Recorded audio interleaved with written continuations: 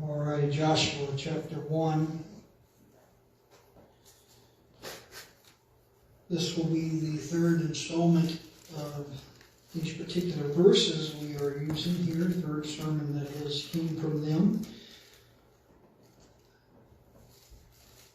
And I think there is, of course, much more that could be learned and should be applied to our faith in life, but for sake of not spending months and months in one particular phrase, one particular thought, we are going to go down to the next portion of the verses in which we have been reading and focus primarily there on the verses of 7 and 8. As we've thought about this sermon, there is much to, I think, as believers emulate and to imitate as Joshua was leading these people along the Jordan River and eventually into the Promised Land. But before he ever had gotten in there, they must have first readied themselves to obtain the spiritual victory. They had not yet fought a fight. They had not yet drawn a sword or strung a bow. And God says, before you even attempt to go in there, He said, I need to know that you are ready to receive that which I promised. Verse 1, now after the death of Moses, the servant of the Lord, it came to pass, the Lord spake unto Moses, the son of Nun, spoke unto Joshua, the son of Nun, Moses' minister, saying, Moses is my servant is dead, and now therefore arise, go over this Jordan, thou and all this people, unto the land which I will give to them, even unto the children of Israel. He says, Moses, you're right here, right now. This is the river that's standing in your way. Moses, Joshua, you're here right now. This is the river standing in your way. And these are the people that are going to be the ones that are entering in. It was not simply given to them. It was given to their forefathers and generations past, but they did not claim it. They did not accept it. They did not take it, even though it was theirs. He said, now Moses is gone. Go over this Jordan and this people and give to them, even to the children of Israel. Verse 3, every place that the sole of your foot shall tread upon, I have given unto them, unto you, as I said unto Moses, from the wilderness and this Lebanon, even to the great river, the river Euphrates, all the land of the Hittites, and to the great sea toward the going down of the sun shall be your coast. There shall not be any man be able to stand before thee all the days of thy life. As I was with Moses, so shall I be with thee. I will not fail thee, nor forsake thee, but strong and of a good courage. For unto this people shalt thou divide for an inheritance the land which I swear unto their fathers to give them. There it is again, several times. He said, this promise was not made to them. It was given to them, but it was not made to them. It was given to their fathers and their forefathers, and they did not take it. Whatever the reason, they chose to live in bondage. They chose to live in the wilderness. They chose to live in the world. They chose to live in poverty. They chose to live under the rule of Egypt. For whatever reason, they did not take this promise and claim it. But now here you are, right? I mean, you're one step away. You're one milestone. You're one hurdle. You're one obstacle. All you have to do is cross over Jordan and enter to the Promised Land. I will make you a promise that no one that stands in front of you will be able to stand long. No one will have victory over you. You will win the battle. You will succeed in life.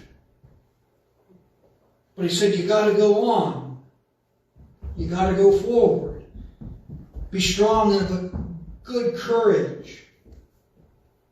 Verse number 7. This is primarily what we're going to look at. Only be thou strong and very courageous, that thou mayest observe to do according to all the law which Moses my servant commanded thee. Turn not from it to the right hand or to the left, that thou mayest prosper whithersoever thou goest. This book of the law shall not depart of thy mouth, but thou shalt meditate therein day and night. Thou mayest observe to do according to all that is written therein, for then shalt thou make thy way prosperous, and then shalt thou have good success. Have I not commanded thee? Be strong, and of a good courage, and be not afraid, neither be thou dismayed, for the Lord thy God is with thee, whithersoever thou goest. Now we have spent 2 weeks on these verses and read them these now the third time. And it's inevitable. Every time I read them again on the anticipation of preaching to them, the Lord begins to show something else that is popping out to me that makes so much more sense on why God is so adamant about these people entering into this kingdom, entering into this place of promise and victory. It's almost as if he is saying, why have you waited so long? Why have you procrastinated? Why have you dragged your feet on this? I have made all the promises. I have commanded all the things to work in your favor. All I'm asking you to do is be strong and courageous and go forward. Be strong and have a good courage.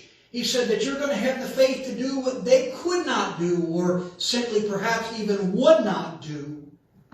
It's going to take strength and courage to do it. We talked about that was what God had commanded them to do. God's command was very simple. He said, claim the land. It's yours for the taking. If you're ever going to obtain spiritual victory, it's not that you have to fight for it. It's already there. It's already given. You're more than conquerors. Spiritual victory comes from the hand of God. He has already defeated the enemy. He has already conquered death. He has already conquered hell. He has conquered the grave. He has beaten Satan. He has won. It's ours for the taking. And he says, I'm commanding you to go. This is not a promise given to us in recent days as in 2022.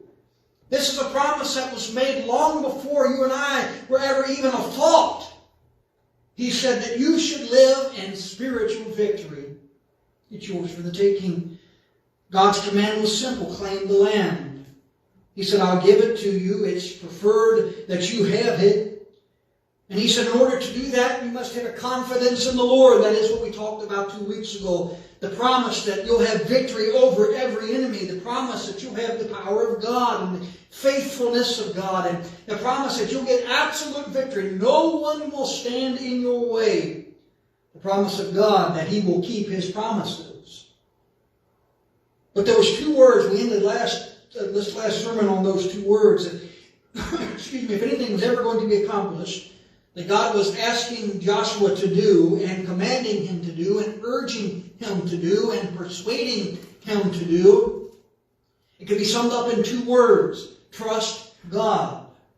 Trust God was the only way it was possible. Trusting God is what his fathers neglected to do, and trusting God was what their fathers neglected to do, and their fathers neglected to do, and their fathers and forefathers, and generationally back to Abraham, what they neglected to do was have a total trusting and dependence upon God. That's why nobody claimed it. That's why the Hittites lived there, and the Amorites, and the Amalekites. That's why they claimed the land.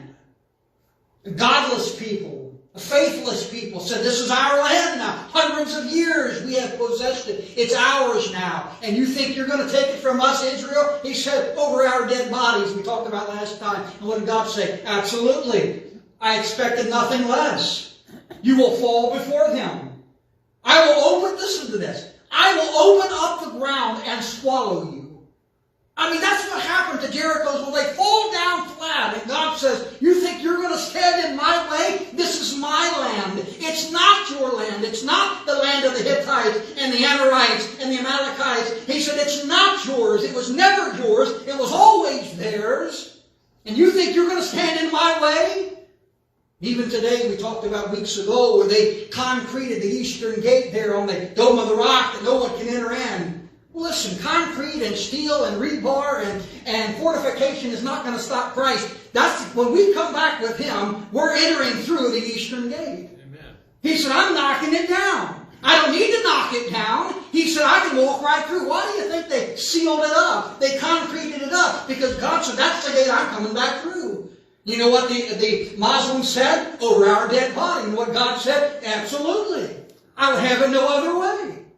Blood is going to run so deep it's going to be to the horse's stirrups. He said the sea is going to turn red. You think you're going to stand in my way? I have made a promise. And he said, I will keep my promises. That's the victory we have in God. Amen. That's why he said, are you on my side or your side? He said, you better not worry whose side I'm on. He said, you better get on my side. That's what he tells to Joshua. He tells to Moses. He tells to the leaders. He said, because I am going to be victorious. And as we progress through the book of Joshua, you'll see how God says to each person that stood before him, he says to them, you will not stand, you will not fall. So what happens? He says, what I need you to do, Joshua, is be strong and of a good courage. You have to trust God. And you and I can take this, even though this is not directed to us, it is not written to us, it was not even meant for us. There are lessons that we can learn from here. He says, because I still give victory over all enemies. That's 1 John chapter 5, verse 4. He still is an ever-present being in our life. He still is all-powerful. That's in Hebrews and Matthew.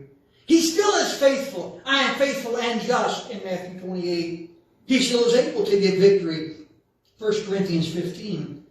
And he still keeps his promises. Everything that he told to Joshua, even though it was meant for him and directed for him and his people, this people, the same can be carried forward to us because he still completed and reiterated these promises to us as well.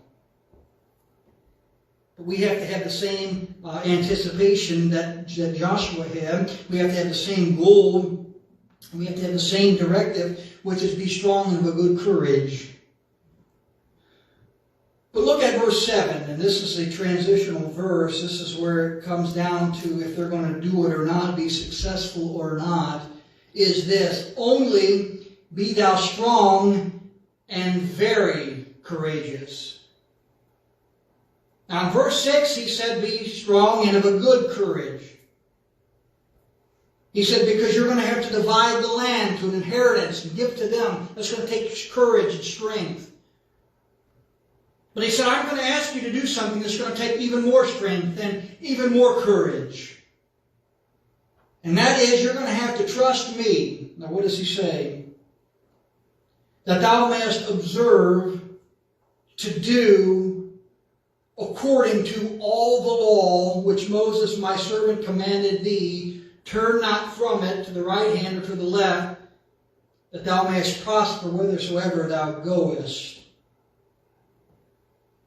What does God say in verse 7 and 8? There is another call. The call initially was to claim the land. The call secondly was to have confidence in God. But the third call that God has asked them to do is critical to their success. In fact, every bit of success hinges upon the following of these words. That's why he says it takes strength and you must be very courageous to do it. He says, I want you to keep the law. What is that? He said that thou mayest do according to all the law which Moses thy servant commanded thee. Now in modern day time, we understand this, and we have been set free. Right? He said that his freedom is free indeed. We have been set free with Christ, but to what end have we been set free? What end have the bonds and shackles been removed? For what purpose have they been removed? Because Moses was to keep the law. That is, he was to do Joshua was to keep the law. He was to do everything the law said to do. If it said go right, you were to go right. If it said go left, you were to go left. Well, that's a broad sense of generic understanding of it, because it wasn't simply that. But he said there's no wiggle room here. There's no, well, if it seems okay, do it. If it doesn't seem okay, don't do it. You go back to the law in which God had given to Moses. I think that is the most boring passages of Scripture, even so much more than the genealogies of man, is reading through the Levitical law when he says, make this tabernacle. I want it to have 12 latchets here and 16 loops here. I want this tassel to be this long and this tassel to be this long. I want it to be dyed this color. I want it to be tied this way. I want you to put the pole in from this direction. I want it to be weaved in a certain way. I want this thread used. I want this color used. I want this dye used. I want this stitch pattern used. I want everything to be as it is. And he said, let me tell you, in order to get this brass beam done, go to this guy and ask him. He knows how to do it. And you want this color, this dye, this way, go to this person. They know how to do it. Go over here if you want this stitch work done. They know how to do it. Go over here, and he gives them verse after verse and chapter after painstakingly chapter to read is all about this. And so finally we get over. God gives it off command. And you think, man, I've read through it. Finally I'm going on something exciting. And then Moses comes down. And then if you wouldn't believe what God does, God gives us the exact account again, but this time it's Moses giving it to his brother, giving it to the priest, giving it to this people. I want this many loops. I want this many latchets. I want this ribbon, tassel this long and this tassel this long. I want this stitch used. I want this color used. He said, who are we going to get to do that, brother? He said, God said, go get him to do it, or go get her to do it, or go get them to do it. He said, use this kind of tamarind, this kind of rock, and this kind of stuff. And you read that verse after verse after verse, chapter after chapter. I'm like copy and paste, copy and paste. Why do we need to see it again? And to me, it is painstakingly hard to read. And then I understand something that's not even written to me. Because my covenant is not conditional on, my blessing is not conditional on if I keep everything that God said. It's not based upon that. I have to keep one thing. He said, no man sees the Father but by me. Who as Christ has set free is free indeed. But that was not the case here. He said, Moses, I have given you specific instruction, even down to every stitch that's put in there. He said, I want it done my way. Moses goes to the people. This is what God wants it done. Then you get into the sacrifices. He said, if this man does this, you kill this animal this way. If he does this, you kill this animal this way. You take the liver, the gall, you take these things out, you place it here. If this man does this, he said, you sacrifice this way. You use this animal. You take this, you bury this outside the camp. Just on and on it goes to Moses. Moses turns around and you read the whole thing again. Moses giving it to the people. You read this thing about the different ways to wave the sacrifice, to put it on there. God gives it to him. Read it again. Moses gives it to the people. Talks about a man with leprosy. God gives it to him. Oh my goodness, it's spot red this way, white this way. If you look at it this way, if you've been waiting a week this way, burn the clothes, don't burn the clothes. Burn the man, don't burn the man. Put him outside, don't put him outside. All this verse after verse after verse of that, Moses verse after verse giving to the people. Why? God said, I want to know you're going to do it my way. I want to know, are you going to do exactly what I say? And Moses said, yes, I will. He said, tell your brother he's going to be the Levitical priest. He's going to be the one to promote and carry out these sacrifices. He said, him and his children are going to do it. Aaron had two sons, Nadab and Abihu. It was time for a sacrifice. They brought it in. They thought they were doing right. They lit a fire and they burned the sacrifice. You know what God did? God opened the ground and swallowed them up and cast them into hell. You know why? God said, that's not my fire. Oh, it's fire. But it's not my fire. It's not the fire that I lit. The fire that God lit, he said, it's not going to go out. It's going to carry out every time a sacrifice is offered. It's going to be lit by the fire that I lit. He said, you light your torch by the fire that I lit. Nadab and Abihu lit their own torch. You know what God said? God said, you've offered me strange fire. He said, you're dead. You're dead. Swallows them up. Ground opens up and swallows them up and closes back. You think God's serious about doing it his way?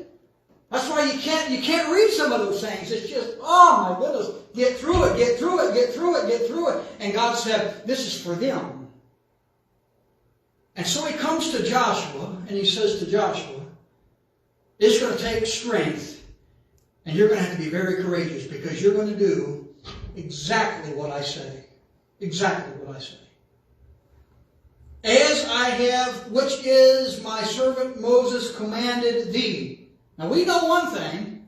We know this for surety, because you read, it's not just God gives Moses all these things, and we don't really know what he says. And Moses tells the people, we don't really know what he says. God says, read it. It is exactly what I told Moses, is exactly what Moses told them. Now let me give you an example of the difference in that. We know, or we can have an assumption, what God told Adam about the tree of the knowledge of good and evil. He said, don't eat of it. Now we see that's exactly what God tells Adam. And yet when Eve quotes the verse, she doesn't say it exactly the same. She says something else. She says, we shouldn't eat of it, or what? It's very important. She said, we shouldn't touch it, lest we die. Now what was lost in translation? Did Adam not tell her exactly what God said? Or did Eve add to it herself? We shouldn't touch it. Because that was a key part of her partaking of this fruit, because when she touched it, she didn't die. Well, if I can touch it and not die, why would the promise be if I ate it I would die? Because I'm commanded not to touch it. Now, whether Adam told her that for her benefit or not, we don't know. Except it was not what God told Adam. God said, thou shalt not eat of the tree of the knowledge of good and evil, for when thou eatest of it, thou shalt surely die. Touching it was never a command that we see from God. God was very specific. Either Adam or Eve were not as specific, and because of that, we find what they did. God said, I want specifics. I want you to do it exactly how I said. What is he saying? My servant commanded thee, turn not from it to the right hand. Okay, now what does that usually mean? To the right, if you're more right in something, or more or on the right wing, or the right side, what is it? That's usually, you add something more to it, right? This is what I'm supposed to do, but I'm so right in my thinking and belief, I'm going to add something to it that I'm going to live even stricter. That's what Israel all did, right? That's what they did. They put these, you can't even walk, you can't spit, you can't, and that's not what God said. And so they were to the right of it. They changed to the right of it. We think, well, that's got to be right. And God said, don't go to the right.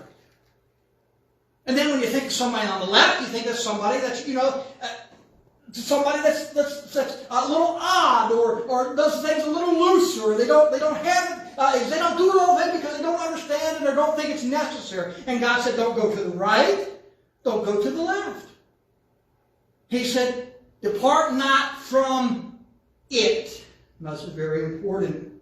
He said, turn not from it to the right or to the left, that thou mayest prosper whithersoever thou goest.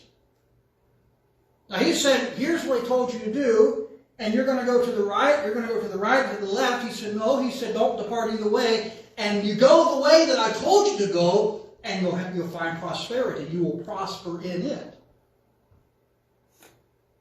See, sometimes we think, well, if I could just make it stricter. I find God said, why? He said to the people that he healed on the Sabbath day. And they said, how could you do that? He said, would you have the man lay there for another 38 years? For another 30 years? Would you have her son be buried? Would you have her be widowed forever, having no hope? Yes, we would. It's the Sabbath. He said, not me. Man wasn't made for the Sabbath. The Sabbath was made for man. Would you have me not heal this blind man on the Sabbath? Yes, I would. Have him be blind. What's another day? And God said, well, you're taking it to the right. You're taking it a little step further. He said, I never said that. Then we know you come over to the left. The left is like, well, we can't cast these guys out because we're profiting from that. The little girl they left possessed, and he said, because she's pretty good at divination. She can sort of tell us what's going on. They said, so don't cast it. And Paul said, they said, the girl begged him. He said, no, I'm not going to do it. And finally, the Bible talks about an act that they pressed him long enough, he cast them out. And boy, did everything go bad from there. Cities in uproar, we talked about in Sunday school, just riots in the street. Why? Causing havoc. Why? Because somebody cast out a devil out of a little girl.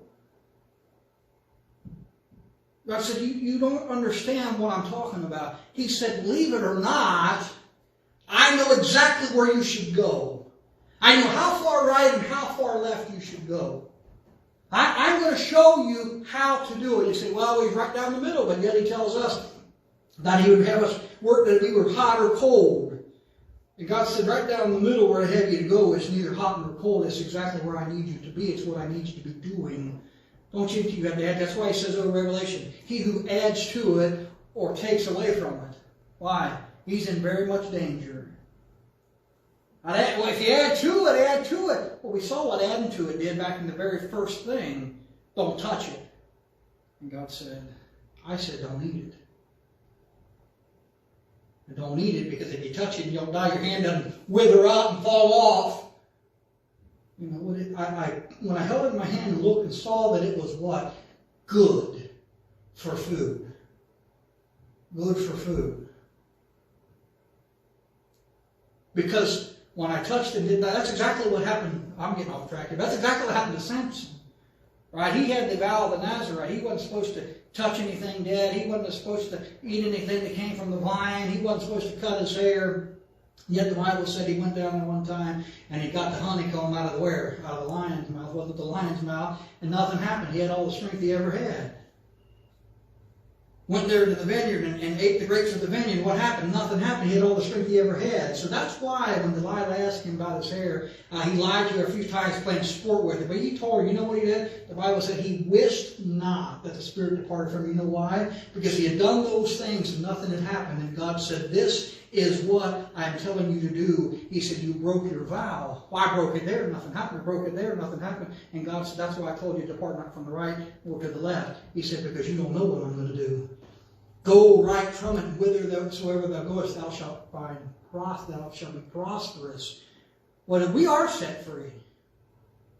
But we're not set free to live like the world. We're not set free to live like hell. We're not set free to do what we want. We're not set free to live and let live. We're not set free to enjoy every aspect of life. We're set free to live right. That's how we're set free. We're set free to live right. He says here, he was to keep the law. He was to meditate on the law. Why does he need very much courage? He said that this book of the law shall not depart out of thy mouth, but thou shalt meditate therein day and night. Thou mayest observe to do all according to that is written therein. I don't remember doing it too much, but I'm sure I did when you were in school and you thought, when would I ever use this? When would I ever have to do this? A lot of those things you never have to use. But the reason you learn them is to teach you how to think. It teaches you this is a process of things. Now, there are some things that I thought I never have to use that I do use on a pretty constant basis. But man, a lot of that stuff you learn, and you learn to just learn it. And let me tell you what, I was, a couple of years ago, I was helping somebody with some fractions. And I never was very good at fractions. I just never put much mind in it. But I had totally forgotten, how to invert a fraction, what you're supposed to do, I just forgotten it. And the reason I've forgotten it is because I don't use it very much. I let it depart out of my mouth. I didn't ever think about it. So I had to be reminded again. So what does God tell Joshua? He says, let me tell you something. You want to live right? You want to do right, not depart from the right hand to the left? He said, think about the things that I've told you to do. Think about those things. And then he said, not only think about them, he said, meditate upon those things. When you begin to meditate upon those things day and night, you will then observe to do according to that all that is written therein. Why so many people are disobedient to God's Word is because we don't even know what God's Word tells us to do. So many people are disobedient to what God would have them to do, the will of God, because we don't know the will of God. We never thought it important enough to study it, to learn it, to know it. God says, my Word is so important. I told Moses exactly what to do, and I watched him. Did you tell them exactly? I told them exactly. That's why When Nadab and Abihu died, Moses didn't die because Moses told him what to do. God told him, and he told them exactly. And so what did God say? God said, you knew it exactly as my servant Moses told you, and you broke it. He said, Joshua, be strong and of a good courage.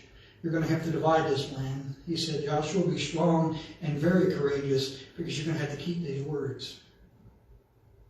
Keeping of the words of God is critical to obtaining any kind of victory, any kind of spiritual success, any kind of prosperous way, is that I am doing things God's way, trusting God.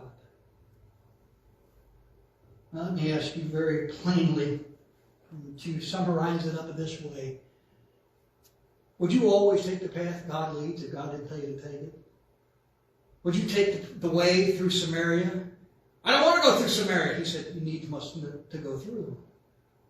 Depart not from the right hand to the left hand. The reason that is so critical is because God often takes us places we don't want to go, takes us through circumstances we don't want to face, takes us through burdens that we don't think we can bear. And God said, meditate upon my law day and night. Turn not to the right hand, not to the left hand, and I will make thy way prosperous. In fact, what I'm going to tell you to do, as we talked about 2 weeks ago, I'm going to tell you to go forward to the Red Sea. Forward to the Red Sea, God, that's foolishness. We will drown in the Red Sea. God says, you'll think you're drowned because you don't think, you've never seen anybody divide the sea. Take a step out there, let me show you what I'll do. Turn out to the right hand. They said, I'm going to go this way. They said, we can't. They're going to flank us here. I'm going to go this way. They said, we can't. We're going to flank us here. They said, we can't turn around. We're dead. We're dead. And God said, go forward. Forward. Well, forward's not an option. Who determined that it was an option? Well, we did. We determined that. Moses already determined that we cannot go forward. That's the one obvious one, right? That's the one that we don't need to pray about. That's the one forward. And God said, no, that is the direction to go. Go not to the right, but to the left. If they had went to the right, to the left, the soldiers in Egypt would not have been dead. The children of Israel would have been. Don't you think they were coming just to say, oh, we were just kidding, come on back. They were coming to destroy them. And God said, your only option is to trust me. Be very courageous. Trusting God does not take courage. It takes very courageous. It doesn't just take good courage. It takes good courage to deal with man. Right? To divide your land, you get this, you get this, you get this. It takes much courage, very courageous, to deal with God. Don't go here, don't go here. Do it my way. But God, there's no buts. There's no buts in here. You go to this way, he said, you'll fall. And we see it carried out.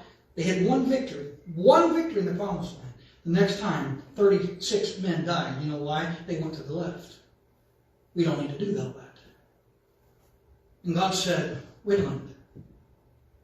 I told you that no one would fall. No one could stand before you. How did these men die? I don't know how. You know how they died. How did they die? I went this way. I told you not to do that. Not to do that.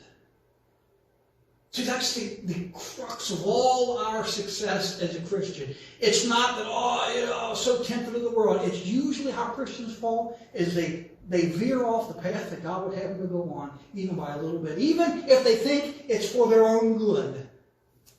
I'm going to go here. Why? I'm not going to send all the men, because if we send all the men, there's more potential that somebody could die. So they said, let me tell you something. They said more than enough to conquer Ai. More than enough. But for some reason, the arrows they shot didn't hit the enemy. For some reason, the swords they wielded did not hit the enemy. For some reason, the stones that they threw were not successful, because God was not guiding them. God was not directing. He said, I will make your way prosperous. No one will stand in front of you, but you must have much courage and be very courageous. He said, because I'm going to tell you where to go and what to do. I think the modern day Christian, if we could only settle something in our hearts and minds, it would make us so much happier and peaceful and prosperous and spiritually victorious is that God doesn't do things our way. He doesn't do things our way. And we are so prone to want things to be done our way. Women more than men. No, men usually more than women. I want it my way. In fact, what is Burger King? Have it your way. Have it your way. However you want it. God never said that. God said it's my way. It's me. You want this? You can go your way, but you won't get what you want. You do it my way. He tells Moses, go back to Pharaoh and stand in his palace and tell him, let my people go. That's not what Moses wanted to do. In fact, God, I can't do that. If there was only another way, God said, there's no other way. There's no other way. That's the way it's going to happen. Well, I can't do it. God said, I'll send you somebody to help you, but that's the way it's going to be done. There's no other way. There's no turning to the right. There's no turning to the left. It's only. This is the only way.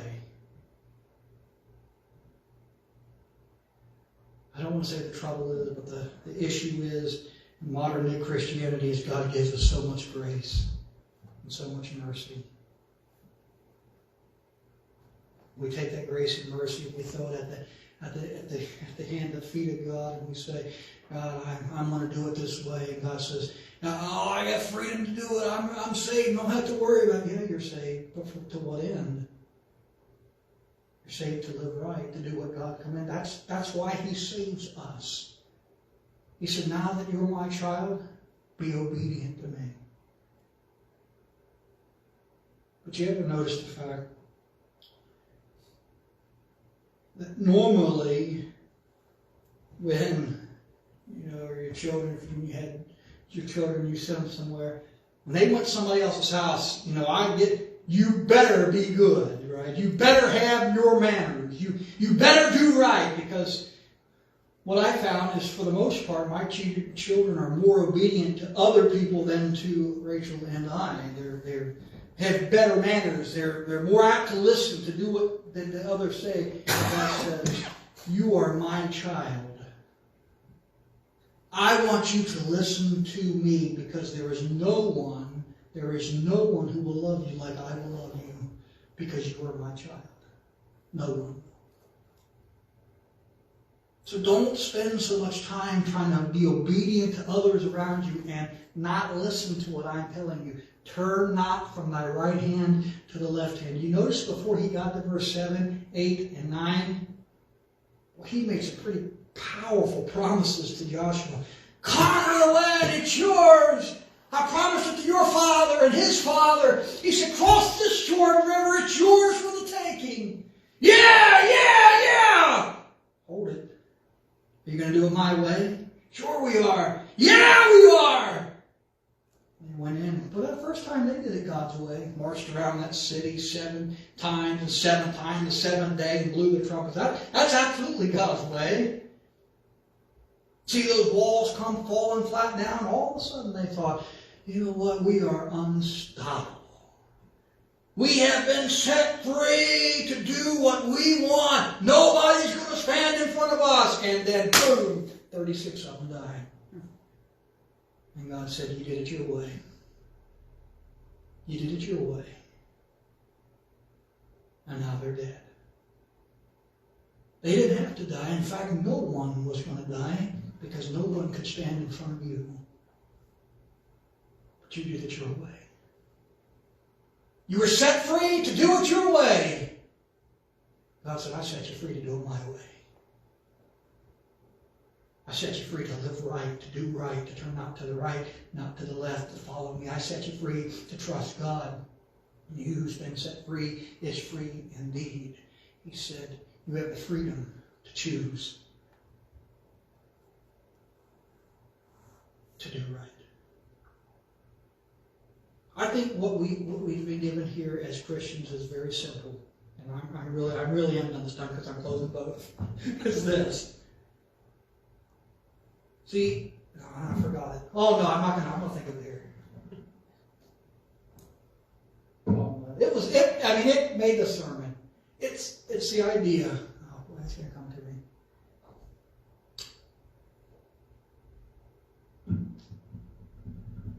I can't think of it. It had to deal with Adam and Eve. You know, they had the choice to. I didn't have it in my notes. I just thought of it. I guess they had the choice. I'll write it down next time. I'll think of it at the church. Something about, they had the choice to do right and then to hide. Oh, that's depressing. All right. I have to think about the point of this, then I'll get to that next time. The point of this is, if we're going to do it, we're going to have to trust God. We're just going to have to. The more we have options to choose, the more things we have to choose, I think it shows us a more freedom is when we can make the wrong choice. That's what it is. Here it is. I got it. So it's going to be wrong. Is when we get saved, I think we sort of have an opportunity that we don't have when we're not saved. Because we're not saved, what the Bible says, we are slaves to sin, right? It's our nature. It's absolutely our nature. We are going to sin because that is our nature. We have nothing alive within us. Our spirit is dead. Our soul is dead. We have nothing alive. And so we're bound to sin. We're just bound to do it. But when Adam and Eve there, they had a choice. And I've heard people say all the time, why would God put that in the Garden of Eden? Why would God put that in the Garden of Eden if they couldn't do it? So they could choose to love God. They could choose. Now, when you're unsaved, you don't have a choice. You are going to sin. And you will sin, and that is your nature to sin, and we will do it. But now when we are saved, here we sort of revert back to something. Not innocence anymore. Because we still have the old man, which Adam and Eve didn't have, that have a longing and a desire to sin. But let me tell you something, we don't have to.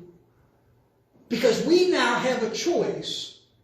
I can choose to sin, or I can choose to follow God. And when I follow God, having the choice to sin,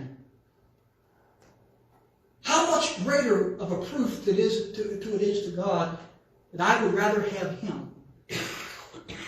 Because I could have chose to do wrong and not suffer the consequences of it, not die because of it. I am set free. So I can choose Him. To me, that is unbelievable.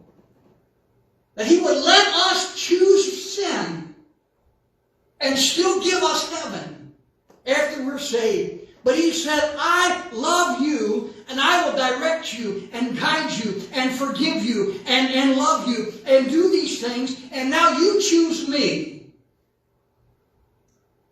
And God said, here's the path. What are you going to do? I'm not going to go to the right. I'm not going to go to the left. I know that I could because I've been set free. I'm going to follow after you. How much more of a testimony it is that we love God. We could choose to do wrong and do right. That's why that was in the Garden of Eden. There was no other way that man could show God that He loved him, that He chose him over something else. I chose you, God. Walk not after the flesh, fulfilling the lust of the flesh, but walk after the Spirit. Choose God. Very courageous. Trusting in Him. Let's pray. Father, bless us now. Thank you for each one here.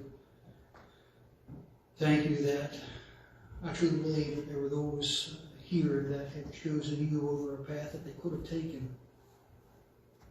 But that does not ensure us that we will live in spiritual victory. We will even have obtained it. Because to live in spiritual victory means that we follow you even though technically we don't have to. You will not send us to eternal damnation if we do not. But we just won't prosper. Our life won't be what it could be. We will still be your child. Father, you have saved us to do right, saved us to live right, saved us to choose you over other things. The only way that will happen is we do not let thy word depart of our mouth. We meditate it on day and night, and then we will make our way prosperous. Lord, bless us. Help us to be all that we should be. Bless this church, Father. Thank you for it. Thank you for these that are here. Help us see the truth, apply it, live it. And Father, help us to be all that we should be for Thee. Give us grace and mercy when we need it. Let us as believers not take that grace and mercy for granted. Let us not throw it back into our face doing what we want. Let us live in it. And in so doing, let us live right. Only don't take away. Just do what you've commanded us to do, Father. Help us to be found faithful in those things. That we are set free to live right. Help us, I pray.